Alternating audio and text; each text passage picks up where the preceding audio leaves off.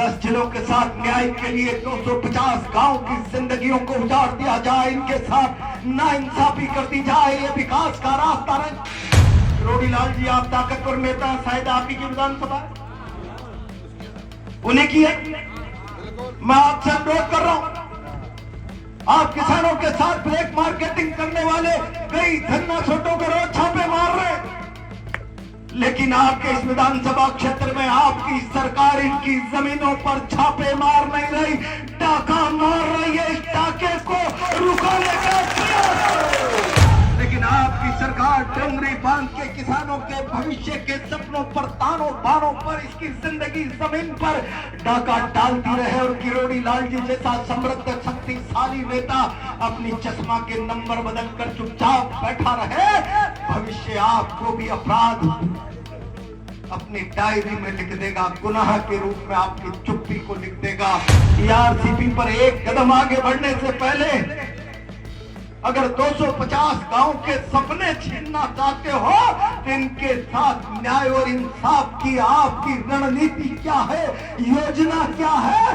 जब तक इस टेबल पर बैठकर फैसला न हो, एक कदम आगे नहीं बढ़ने दिया जाएगा।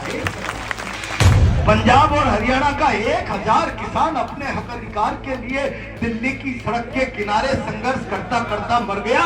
और 2015 में जब भूमि अधिग्रहण कानून को संशोधन किया तो मनमोहन जी ने कहा था 70% किसानों, 80% आदिवासी क्षेत्र के लोगों की सहमति के बगैर कोई सरकार भूमि का अधिग्रहण नहीं कर सकती।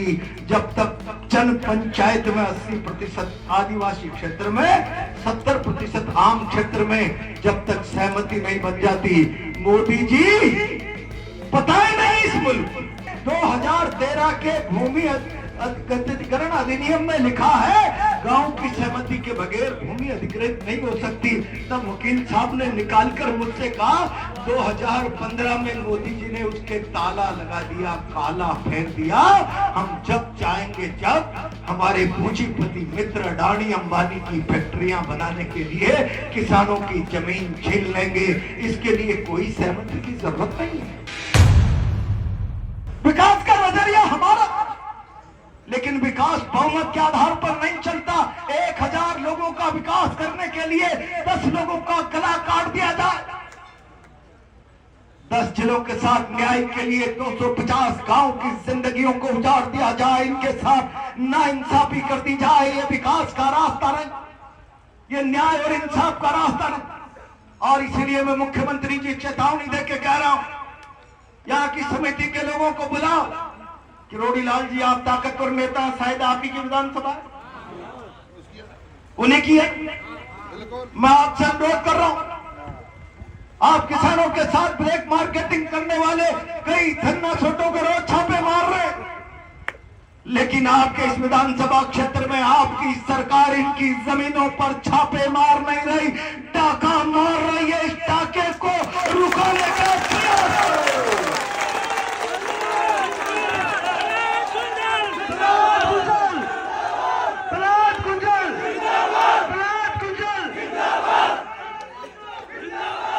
किरोड़ी लाल जी, आपकी सरकार डाका डाल रही है डोंगरी क्षेत्र के लोगों के भविष्य के सपनों के ताने बाने पर डाका डाल रही है। आइए, मैं आपको निमंत्रण दे रहा हूं, आपको कह रहा हूं, एक सच्चे जनप्रतिनिधि होने का दायित्व निभाई और खड़े हो। मैंने राजनीति में आपको बड़ा भाई माना, आज आप और हम दोनों विरोध में, लेकिन मैं इस मंच से वचन दे रहा हूं, डोंगरी बांध की लड़ाई का झंडा पकड़ो, प्रहलाद कुंजल भुजा बनकर तुम्हारे साथ खड़ा रहे। जिंदाबाद। लेकिन आपकी सरकार डोंगरी बांध के किसानों के भविष्य के सपनों पर, तानों बानों पर, इसकी जिंदगी जमीन पर डाका डालती रहे। और किरोड़ी लाल जी जैसा समृद्ध शक्तिशाली नेता अपनी चश्मा के नंबर बदलकर चुपचाप बैठा रहे, भविष्य आपको भी अपराध अपनी डायरी में लिख देगा, गुनाह के रूप में आपकी चुप्पी को लिख देगा। मैं आपको बड़ा भाई मानकर आगाह कर रहा हूं, आपसे निवेदन कर रहा हूं, हो सकता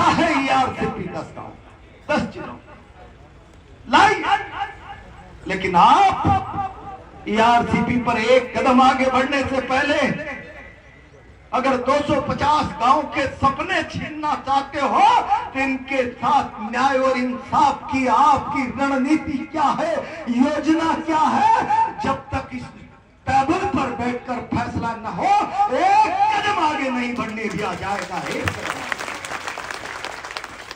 और मैं आज आपसे कहना चाहता हूं, मोदी मोदी के नारे लगाने वाले लोगों कोई हो तो सुन लो कान खोलकर। पंजाब और हरियाणा का 1000 किसान अपने हक अधिकार के लिए दिल्ली की सड़क के किनारे संघर्ष करता करता मर गया।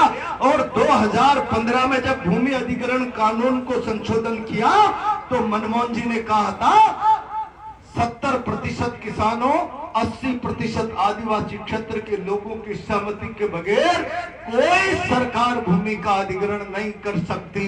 जब तक जन पंचायत में 80% आदिवासी क्षेत्र में, 70% आम क्षेत्र में जब तक सहमति नहीं बन जाती।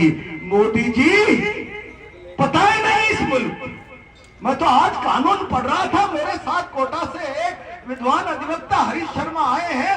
मैं उनसे कह रहा था जरा देखिए ये मनमोहन सिंह गवर्नमेंट का एक्ट मेरे हाथ में है, 2013 के भूमि अधिग्रहण अधिनियम में लिखा है गांव की सहमति के बगैर भूमि अधिग्रहित नहीं हो सकती। तब वकील साहब ने निकालकर मुझसे कहा 2015 में मोदी जी ने उसके ताला लगा दिया, काला फेर दिया। हम जब चाहेंगे जब हमारे पूंजीपति मित्र अडानी अंबानी की फैक्ट्रियां बनाने के लिए किसानों की जमीन छीन लेंगे। इसके लिए कोई सहमति की जरूरत नहीं है। क्या अभी मोदी मोदी लगाने की जरूरत है? और इसलिए खम ठोक कर चुनौती दो। आओ, जब तक हमारे साथ न्याय और इंसाफ की बात इस सदन पर बैठकर तय नहीं हो जाती, डोंगरी की दिशा में एक कदम बढ़े तो इलाके के लोगों की लाशों पर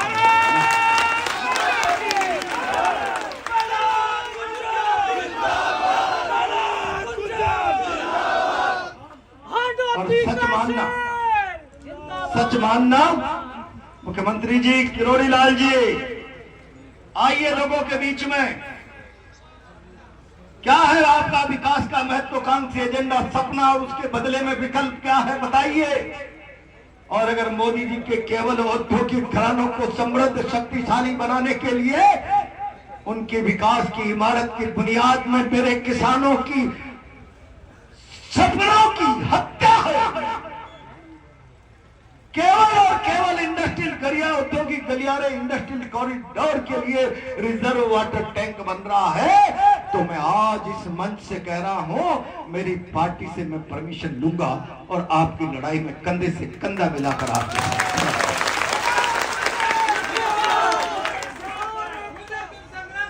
पर कल ये भारतीय जनता पार्टी के लोगों का कल बयान भरतपुर से आएगा, कल धौलपुर से आएगा, करौली से भी आएगा।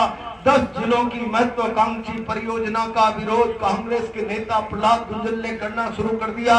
मैंने किसी महत्वाकांक्षी योजना का नहीं, आपकी महत्वाकांक्षी योजना में मेरे डोंगरी के 250 गांव के परिवारों के सपनों का खून हो रहा है। उसके साथ न्याय की बात की है, उसके साथ इंसाफ की बात कर रहा है। और जब तक आपके पास उसके साथ न्याय और इंसाफ का एजेंडा स्पष्ट नहीं होगा, आ जाओ। कितने तोप तमंचे हैं, कितनी ताकत है, कितना हौसला है।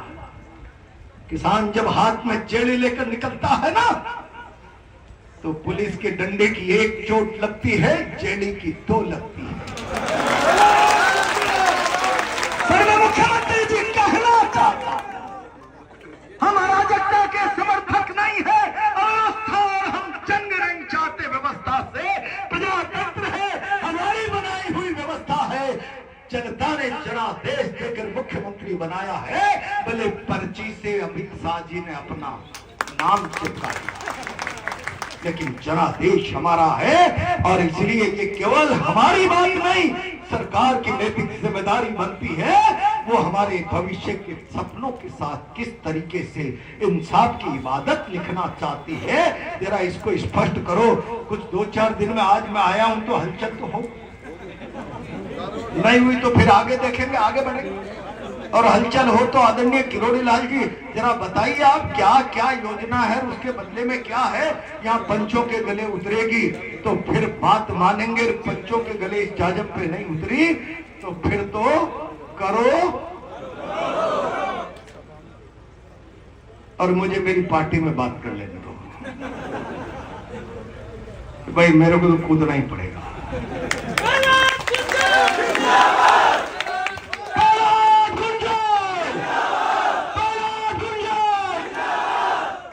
पर कल 10 जिलों की बात करके प्रहलाद गुंजन के बयान का विरोध छपाने वाले लोगों से मैं एडवांस में कह रहा हूं, क्या तुम्हारे कानून की किताब में ऐसा लिखा है 1000 लोगों के साथ न्याय करने के लिए 50 लोगों का गला काट दो?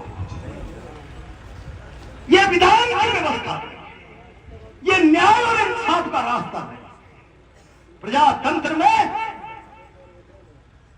न्याय 1000 को मिले ना मिले, एक आदमी के साथ अन्याय नहीं होना चाहिए, ये हमारी संविधान की आत्मा कहती है। और मोदी जी, अमित शाह जी, भजन लाल जी, तुम संविधान की आत्मा में खंजर मार रहे हो, खंजर मार रहे हो। संविधान की आत्मा को जर्जर मत करो, जख्मी मत करो। मैं इस मंच से चुनौती दे रहा हूं, फिर कह रहा हूं, ये दुखी आत्माएं मेरा भाषण सुनने नहीं आए, इनके दुख में प्रहलाद गुंजन की बात से मल्लम जरूर लग रहा है, लेकिन इनके साथ इतनी नाइंसाफी मत करो। सरकारों का काम भय पैदा करना नहीं, सुरक्षा की गारंटी देना, सुरक्षा के भाव पैदा करना। आप बच नहीं सकते आपकी सरकार के किसी कदम से। अगर इलाके के एक आदमी में भी भय पैदा होता है तो सरकार का भय मंत्रिमंडल का पूरा जिम्मा है। आप बताओ, अगर डोंगरी में क्या कर रहे हैं? भय में रखना चाहते हैं या सुरक्षा देना चाहते हैं? यहाँ का बैठा हुआ गरीब किसान, जिसकी यहाँ पीढ़ियां बदल गई, न जाने कितने वर्षों से सच्चे श्यामला उर्वरा धरती जिसने इसकी 50 पीढ़ियों को पाला है, इसके कई सपनों के दाने पाने पूरे गिरे, बेटी का ब्याह हुआ है, बेटियों का ब्याह हुआ है, न जाने कितने सपने इसी उर्वरक का माँ धरती ने पूरे किए हैं सपने। उसको मत छीनो, हमारे जो सपने पूरे हुए थे उनका खून मत करो, उनका खून मत करो। न्याय इंसाफ लिखो।